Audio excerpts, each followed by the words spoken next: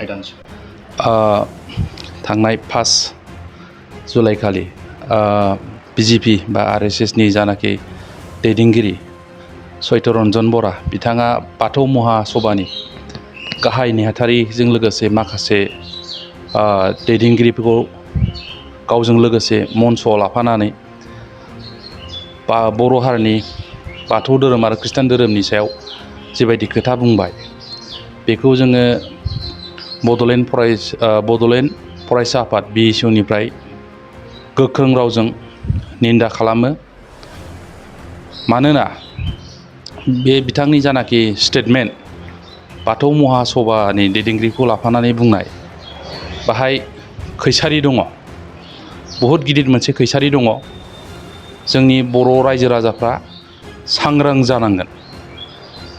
दा दिनै बे स्टेटमेन्टखौ बिथाङा मानि थाखाय बुंदों बा मा उद्देश्य लाना बुंदों बेनि षड़यन्त्रखौ बर' रायजो राजाफ्रा हयथ' बुजिजोबाबो जानो हागौ। बिथाङा बुंदों जे जाय बर'फ्रा खृष्टान धोरोमाव लाबाय बिसोरो माइन'रिटि सार्टिफिकेटबो लायो आरो ST सार्टिफिकेट लायो, सुबिदाखौ लायो। बे ST सार्टिफिकेट आरो माइन'रिटिनि सार्टिफिकेट श' खालामनानै बिथांमोननि STखौ दाननांगौ होननानै बुंदों। दा बाहाय मोनसे बिराद गिदिर षड़यन्त्र दङ। दा खोथाया जाहैबाय बर' हारियाव न' डाउट धर्मआव गोदोनिफ्रायनो बर'फ्रा सोरबा बाथौ, खृष्टान, ब्रह्म बायदिसिना गावस्रानानै गावबा गाव धर्म लादोंब्लाबो बर' हारिनि गेजेराव मालाबाबो खौसेथिया गावस्रायाखै। धर्मआ बेलेग बेलेग दंबाबो बर'फोरनि गेजेराव खौसेथिया दङ। भारत हादराबो मोनसे सेकुलार स्टेट, धर्म निरपेक्षता स्टेट। बाहाय जाय जेरै गोसो एरै धर्मखौ लानो हायो। दा दिनैसो बे मुहुर्तआव बे खोथाखौ मानो बुंदों? चैतरन्जन बराया मानो बुंदों? दा बर' रायजो राजाफ्रा साबधान जानांगोन। आं खावलायो बिथांनि बुंनाय खोथा बा बाथौ महासभा बिथांमोनाबो बे बिथिङाव स्पष्ट क्लियारिफिकेसन होफिननाया मोजां बर' रायजो राजाफोरनो। आरो बर' रायजो राजाया चैतरन्जन बरानि खोथाखौ लानानै गामि एरियायाव समाजाव गुलाय गुजाय जानो नाङा। दा बे खोथाखौ बुंनायनि मेइन थांखियानो जाहैबाय बर' समाजाव बर' हारिनि गेजेराव धोरोमखौ लानानै गावजों गावनि गेजेराव मोनसे कनफ्लिक्ट सिटुएसन, बुलाय सोलाय खालामनो, दाङाबाजि खालामनो षड़यन्त्र खालामदों। आरो बे चैतरन्जन बरानि बेखौ बुंनायनि मेइन उद्देश्यआनो जाबाय बिजेपि राजनिति हान्जाया मोनसे सिन्ताधारा खालामगासिनो दङ। भारतआव सिमिलार स्टेट्स क्रिएसननि मोनसे पलिसि लानो थांगासिनो दङ। आरो जोङो इन्टारनेल माखासे रिलायेबल सर्सनिफ्राय मिथिनाय बायदिब्ला बिथांमोना 2026 लकसभा इलेक्सननि आगोल वेस्ट बेंगलखौ बुखावनानै नर्थ बेंगल मोनसे स्टेट बानायनो नागिरदों। दार्जिलिं गरखालेन्ड डिमान्ड खालामग्रा, ओमफ्राय माखासे ओरै जोंनि कच राजबंशिफोरनि KLO बायदिसिनाखौ लाजोबनानै बेंगलखौ बुखावनानै मोनसे नर्थ बेंगल स्टेट बानायनो नागिरदों बिजेपिया। थिग बेबायदिनो 2026आव बे सिमिलार स्टेट्स आलादा रायजो दाबिग्राफोरनि जानाखि सिन्ताधारा बेखौ हासिल खालामनो थाखाय बिजेपिया दिनै स्रोद पलिसि मेकिं खालामगासिनो दं। दा बिथांमोना नुदों जुदि गमामायै गाबोन समफोर नर्थ बेंगला मोनसे आलादा रायजो जायोबा बर'फ्रा फिन खेबसेबाव आलादा रायजोनि थाखाय आन्दालन खालामबावनो हागौ। दा बिनि थाखाय बिथांमोना मा खालामनो नागिरदों? दिनै बर' समाजाव नुबाय बिसोरो गुलाय गुजाया गावजों गाव एसे दंखायो। दा बाहाय बिस होना होयोबा बर' हारिनि खौसेथिखौ एकमात्र सिफायनो हायोब्लाल' जोङो सेपारेट स्टेटनि जानाखि आन्दालन बे जिनिसखौ जों होबथानो हागोन। बिथांमोना बे साननाया दङ। दा दिनै RSS बिजेपिया बर'फोरखौ बुखावनो नागिरदों, बर'फोरखौ गादबनो नागिरदों होननानै बदनाम होनो हागौ, खिन्थु बे नङा। जाय असमिया गरामि बर' जाथिखौ जेब्लाबो गादबनो, नासयनो, सोबख'नो नाजाबोदों बे मानसिफ्रा दिनै बे असमिया दैदेनगिरिफ्रा दिनै सोरबा RSS सोरबा बिजेपिनि मुखा गाननानै बर' जाथिखौ खेंस्लायै इनडाइरेक्टयै गादबफिननो नागिरगासिनो दङ। जों बेखौ साबधान जानाया मोजां। बिजेपिनि पलिसिया जाबाय इण्डियायाव बिसोरो हिन्दु आरो मुस्लिम बे मोननै धर्मखौ लानानै पलाराइज मोननै भाग खालामनो नागिरो। दा खोथाया जाहैबाय आसामाव दिनै मानो मोनसे बर' जाथिनि धर्मखौल' लानानै खृष्टान बाथौ धर्मखौल' लानानै खोथा बुंखो? नर्थ इस्टआवथ' मेरला दङ। दिनै नर्थ इस्टआव मिज'राम मोनसे खृष्टान स्टेट, मेघालया मोनसे खृष्टान स्टेट, अरुणाचलावबो नों फ्राय नागालेण्डआबो खृष्टान स्टेट। दा बिसिनि बेलायाव बै मानसिफ्रा खृष्टानाव हाब्बाय होननानै ट्राइबेलफ्रा खृष्टान जाबाय होननानै बे ट्राइबेलनि सार्टिफिकेट दानदों नामा? दानाखै। मिज'रामावथ' दानाखै, नागालेण्डआवथ' दानाखै, बा मेघालयआवथ' दानाखै। होनबा दिनै मानोसो बुंखो? दा बाहाय बिराद काहानि दं आरो। मोनसे समाव बर'फ्रा आलादा रायजोनि थाखाय पार्लामेन्टआव जोंहा एमपिफ्रा बै समनि सानसुमा खुंगुर बैसोमुतियारि, बिस्वजित दैमारिमोन बा उर्खाव गोरा ब्रह्मखौनो होन, बिथांमोना बर' जाथिनि जानानै बर'नि जेंनाखौ राजनिति समयसा बड'लेण्डखौ पार्लामेन्टनि प्लेटफर्माव बुंहैदोंमोन। दा बिहैदोंमोन जोंनो बड'लेण्ड नांगौ होननानै। दा बेखौ गिनानै जाय असमियाफ्रा बर' जाथिनो जेब्लाबो बड'लेण्डखौ होनो गोसो गैया, बिसोर मा खालामबाय बै समावहाय राजनितिक भाबै दुरबल खालामनो थाखाय अबर' कनसेप्ट, अबर' शब्दखौ जन्म होनानै जोंनिफ्राय लकसभानि एमपिखौ सेनानै लांबाय। पार्लामेन्टआव जोंहा बुंनो हानाय क्षमता गैहैला जाहैबाय। फैयै फैयै जों नुबाय रायजो सभायावबो जोंखौ षड़यन्त्र खालाम रायजो सभानि एमपिखौबो लांबायमोन। दा सासे मोनफिनबाय जोंहा रोनगोरा नार्जारि बिथाङाबो दा बैसिनि मददजों थांनायखाय बेफोर खोथा बड'लेण्डनि खोथाखौ हयथ' बुंहैनो हाया जानो हासिगौ। बेनिफ्राय नुबाय जोंनि लकसभानि एमपिखौ सेखांनायनि उनावबो बिथांमोना नुबाय दुलाराय बर' फरायसा आफाद, माखासे सिभिल ससाइटि अर्गेनाइजेसन आरो जोंना हाथियार लानाय सोमावसारग्रा एनडिएफबिफ्राबो भारत सरकारजों बड'लेण्डनि थाखाय आन्दालन खालामगासिनो दङ, आसाम सरकारजों आन्दालन खालामगासिनो दं। दा बिथांमोनखौबो षड़यन्त्र खालाम मा खालामबाय 2020आव बिटिआर सुक्तिनि दारै जोंनि सेपारेट स्टेट बिनायनि माबाखौ चेप्टारखौ जानाखि आन्दालन बेखौबो दबथायनो हाबाय। दा नुबावबाय जे बर'फ्रा आरोबाव बे बिटिआर एकर्डजोंबो सन्थुष्ट' नंला, माखासे आन्दालन खालामफिननो दोहौआ बर'फोरनि गेजेराव फैगासिनो दङ। दा बर' हारिया दिनै खौसेथियैनो दं, राजनितियाव गावस्राबाय, बबेबा समाज आफादाव गावस्राबाय। दा दिनै बै असमिया मानसिफोर जायफ्रानाखि बड'लेण्डखौ सुखुवा, बड'लेण्डखौ बर' हारिखौ गाख्रेबना जानो नागिरग्रा, बिसोरो बिजेपियाव आरएसएसआव थाफ्लानानै बर' जाथिखौ सिं दंस' खालामनायनि पलिसिखौ लागासिनो दङ। दा बेनिफ्राय जों साबधान जानांगोन। दा दिनै बिसोर हाबै मोनसेबो इन्सटिटिउसन मोनसेबो बर'नि संगठन इन्सटिटिउसनाव बिसिनि दखल गैला, राजनितियाव दखल जाबाय। फरायसा आफादखौबो फिदिंबाय। दा दिनै धर्मनि आफादावबो हाबनानै जोंखौ गुलाय गुजाय खालामो। बर'आ गोदोनिफ्रायनो धर्मआव गावस्राया दङ, खिन्थु धर्मखौ लानानै बर' जाथिया मालाबाबो सोरबा बाथौ, ख्रिस्टियान, बुद्धिस्ट, ब्रह्म जैन होननानै मालाबाबो बुलायलायाखै, कनफ्लिक्ट जाफेराखै। दा बे परिबेसखौ लांनो नागिरदों जोंनि बर' समाजनि गेजेराव। दा ओंखायनो खावलायनो लुबैगोन जोंनि आइ आफा बर' रायजो राजाफोरखौ, समाजाव बर' माहारिनि गेजेराव बे सत्यरन्जन बरा बा बाथौ महासभानि माखासे दैदेनगिरिफोरनि जानाखि खोथा, बेखौ लानानै खुनु गुलाय गुजाय जानांगौ गैया। बे खोथाजों बर' समाजनि गेजेराव माहारिनि गेजेराव मोनसे बिस होना होनानै बिदा फंबायनि गेजेराव बुलाय सोलाय खालामनो नागिरदों आरो बर' जाथिखौ गाख्रेबनायनि मोनसे षड़यन्त्र।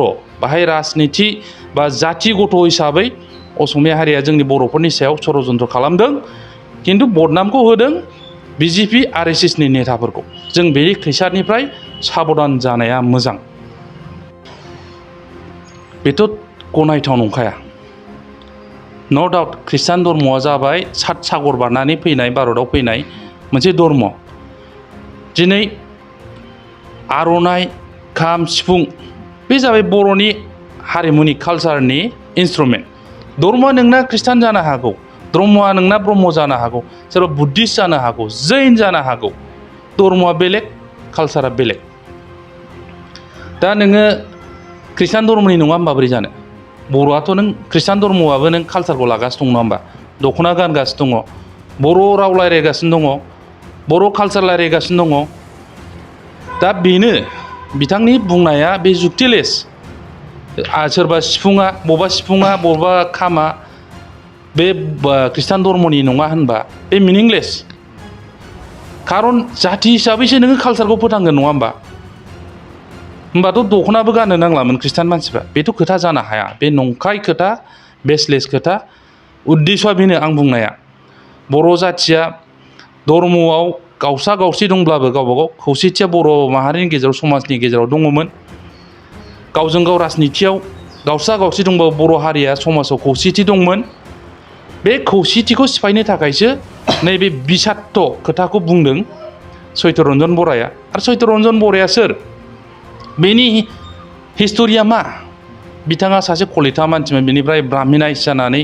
दा गावखौनो बरा टाइटेल लादों नङा होमबा बिथाङा RSS बिजेपिनि नेता जामालाय मा जानो बिथाङाथ' सासे असमिया मानसि सिङाव दा बिथांजों बिराद गिदिर माखासे पलिसि मेकिं षड़यन्त्र खालामग्रा मानसिफ्रा जरित जाना दंफायो दा बर' रायजो राजाफ्रा कनसियास साबधान जानांगोन बेफोरबायदि खोथानिफ्राय आरो जाय बाथौ महासभानि दैदेनगिरिफ्रा सोरजोंबा फिदिंजानानै बा मानिबा लब थाखा फैसानि लबाव बिथांमोनजों फिदिंजानानै जाहाथे आरो नेक्स्ट टाइम बेबायदि खोथा बुंनायफ्राव थाफाया बा बुंफाया बा बाथौ महासभाया बर' समाजनि गेजेराव बर' माहारिनि गेजेराव गोख्रैनो बे जानाखि स्टेटमेन्ट होदों बेनिफ्राय जानगाराव थायो बा रिकभार जोंनि गेजेराव खौसेथिखौ देखायफिननो थाखाय धर्मनि गेजेराव जों भुल जाबाय होननानै बे मोनसे क्षमा बिनाय हाबाफारि बेखौ मावो गोख्रैनो आं बेखौसो खावलायगोन नङाबा बेनि कनसिकुवेन्सेस बेनि गोहोमा बर' समाजाव बिराद गाज्रि जानो हागौ गाबोन समफोर किसुमान जायगायाव सोरबा खृष्टान मानसिखौ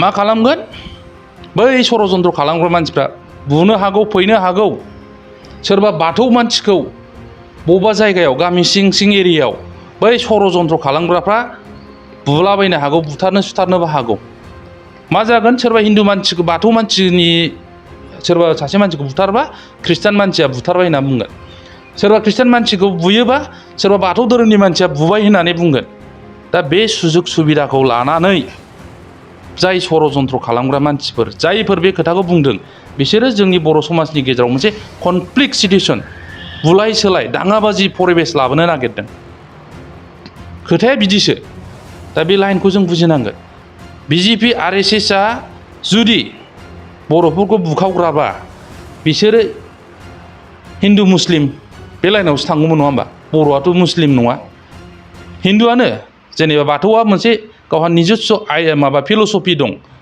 धर्म थेवब्लाबो दिनै बाथौखौसो मानो बर' हारिखौसो मानो टारगेट खालामदों दा बर'फ्रा थाब सेन्टिमेन्टेल इम'सन आबेबिगाव खामानिफोरखौ मावो नालाय बबे जिनिसाव जंखौ थुबा गन्दगल जागोन समाजाव बे हाबाफारिखौ बे असमिया नेताफ्रा बिजेपि RSSनि जाफ्लानानै बे खोथाखौ बुंगासिनो मावगासिनो दा बिसोरो बेखौ जुदि सानमारदोंब्ला नर्थ इस्टखौ खालामग्रोथोंना मेघालय नोङो मिज'राम बायदिफ्रा 100% ट्राइबेल स्टेट बेफोरखौ मानो खालामाखै बर'आवसो मानो खालामदों जों नुदों भारतनि गुबुन गुबुन रायजो दाख्लै राजस्थानाव नङा होमबा हेड स्पिच कमिउनेल स्पिच होनानै सोरबा माबाया बिजेपिनि नेताया कापुर शर्मा ना माबा शर्मा दंमोन ना बिथांनि जानाखि हेड स्पिच मुस्लिम धर्मनि सायाव बेखौ लानानै राजस्थानाव गोदोना हास'लायनाय जादों नङा होमबा हिन्दु मानसिखौ मुस्लिम मानसिफ्रा दा बिजेपिनि